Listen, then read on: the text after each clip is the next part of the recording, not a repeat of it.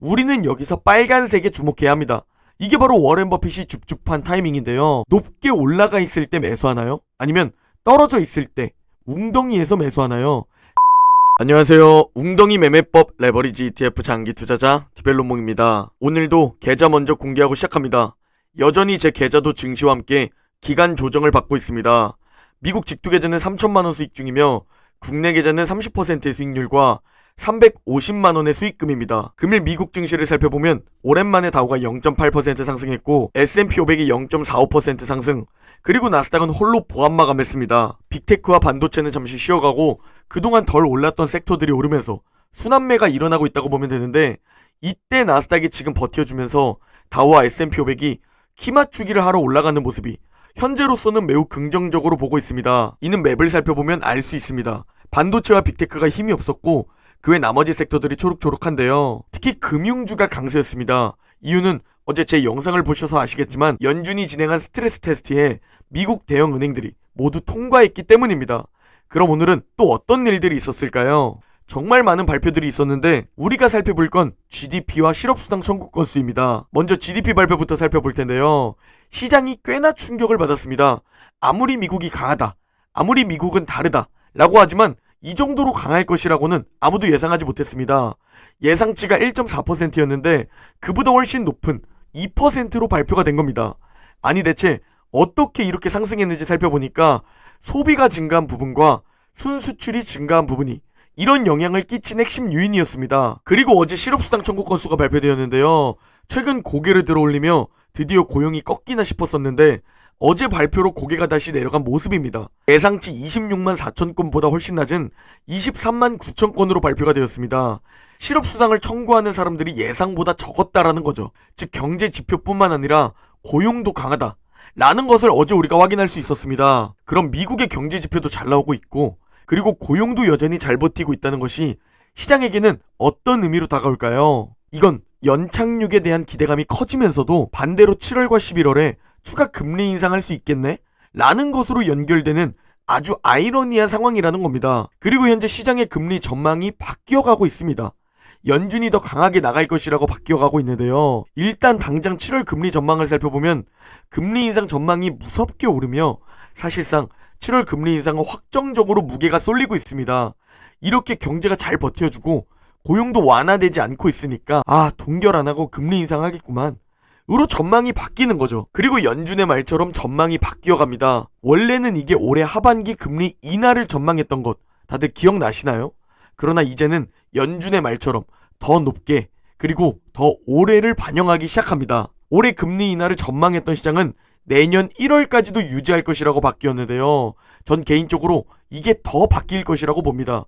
결국 시간이 더 지나서 더 오래 유지하는 것을 반영할 것이라고 보고 있습니다. 그리고 7월뿐만 아니라 11월 금리 인상 전망 가능성도 점점 시장은 더 높게 전망하기 시작했습니다.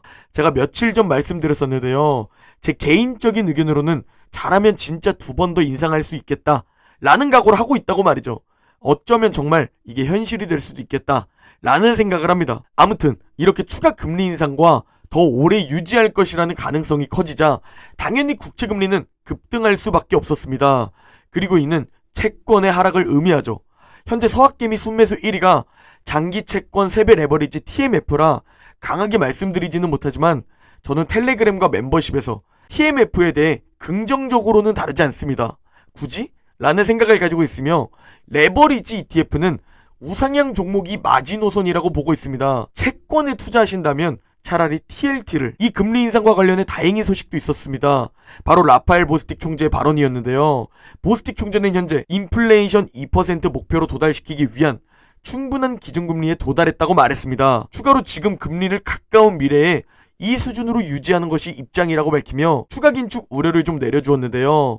이렇게 말하는 라파엘 보스틱 총재조차 내년까지 금리 인하를 전망하지 않습니다. 만약 TMF에 투자했는데 정말 내년까지 금리 인하를 안 하게 되면 돈이 녹아버리는 상황이 될 수 있기 때문에 그 부분을 조심하라고 말씀드리고 싶습니다. 자, 어제에 이어서 오늘도 하반기 미국 증시에 대한 과거 통계를 가지고 왔는데요. 1950년 이후 상반기에 S&P 500이 올해처럼 상승을 보였을 때 그때 하반기 수익률은 평균 6%라고 합니다. 이걸 확률적으로 따져봐도 78%의 높은 확률로 상승했다고 하는데요. 그럼 올해 상반기는 어땠죠? 10% 넘게 상승한 미친 시장이었죠. 올해 상반기처럼 10% 넘게 올랐을 때 그때 하반기 통계를 살펴보면 6%보다 더 높은 7.7%로 더 강세를 보였다는 겁니다. 그리고 확률적으로 살펴보더라도 더 높은 82%의 확률로 상승했다고 하는데요. 즉 S&P 500으로 바라보자면 높은 확률로 더 상승할 가능성이 높다라고 우리가 생각해 볼 수 있고, 제가 9월쯤 웅덩이를 기다리는 이유이기도 하죠. 그러나 반대적인 자료도 있는데요. 저는 낙관론자, 긍정론자이지만 우리는 투자자인 만큼 객관적으로 살펴봐야 한다고 생각합니다. 즉 보고 싶은 자료만 보면 안 되는 겁니다.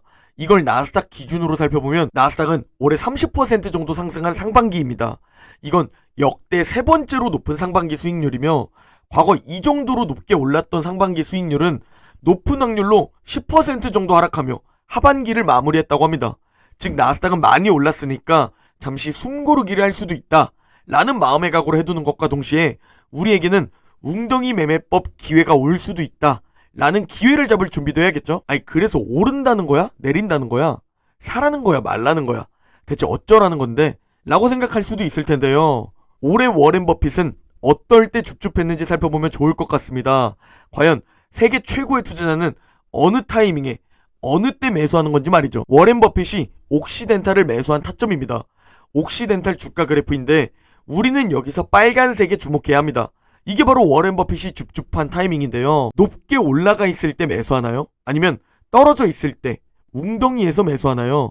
당연히 하락할 때 매수하는 것을 알 수 있고, 주가가 60달러 밑으로 내려올 때만 모으는 것을 알 수 있습니다. 워렌 버핏이 매수한 타이밍을 체크해봤습니다. 누가 봐도 오를 땐 매수하지 않습니다. 더 오를 것 같아도 매수하지 않고 기다립니다. 무려 현재 옥시덴탈을 1년 넘게 같은 가격에서 매수하고 있습니다. 얼마나 많은 인내심이 필요할까요? 그러면서 무려 25%의 지분을 얻게 되었는데요. 그냥 이러나 저러나 막 사는 게 아니라 1년이라는 시간 동안 몇 달 동안은 매수도 안 하고 참더라도 떨어질 때까지 기다리다가 떨어졌을 때 그때 방망이를 휘두르고 있다는 겁니다. 그리고 지금 증시는 현재 극심한 탐욕 구간입니다. 그래서 제가 지금 매수하시려면 아주 조금씩, 정말 조금씩 소액으로 매수해야 한다. 아니면 한 주씩만 사셔라 라고 말씀드리는 겁니다. 워렌 버핏도 오를 땐 사지 않고 탐욕 구간에서는 매수하지 않습니다. 심지어 몇 달 동안 매수하지 않고 그냥 기다린 적도 많습니다. 당연히 모두 지금 사고 싶죠.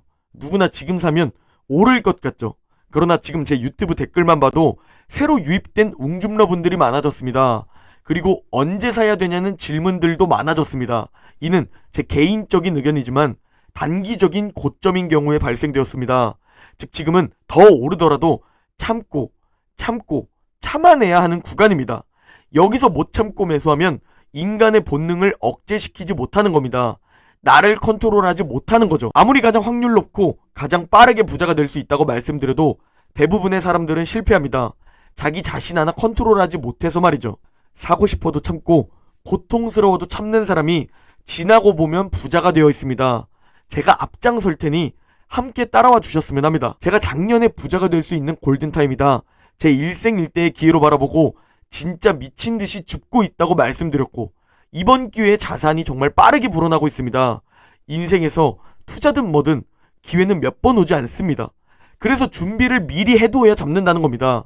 작년에 줍줍 못한 사람이 얼마나 많습니까? 작년에 기회를 잡았다면, 그리고 앞으로 저와 함께 웅덩이에서 기회를 잡아 함께 모아가실 분들이라면 그 다음 미션이 바로 최대한 오래 보유하는 겁니다. 수익률 1000%를 목표로 잡고 그때까지 안 팔고 버텨내는 겁니다. 그게 여러분에게 자유와 여유를 주며 평범한 인생에서 벗어나게 해줄 겁니다. 오늘 영상은 여기까지입니다. 제 영상이 도움이 되셨다면 구독, 좋아요, 댓글 한 번씩 부탁드립니다. 그럼 내일 영상에서 뵙겠습니다.